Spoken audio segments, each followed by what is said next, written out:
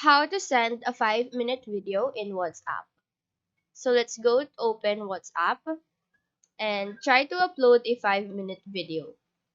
As you can see, we cannot send it all at once, meaning we have to send our video multiple times until we send all the parts, and we don't want to do that hassle.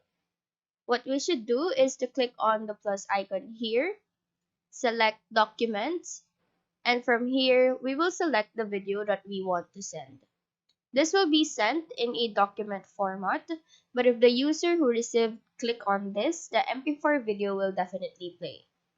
Now, if your video is not visible in this page, go back to your gallery, select your 5-minute video, and proceed to this upload icon and click to save files. Go back to WhatsApp and the documents option.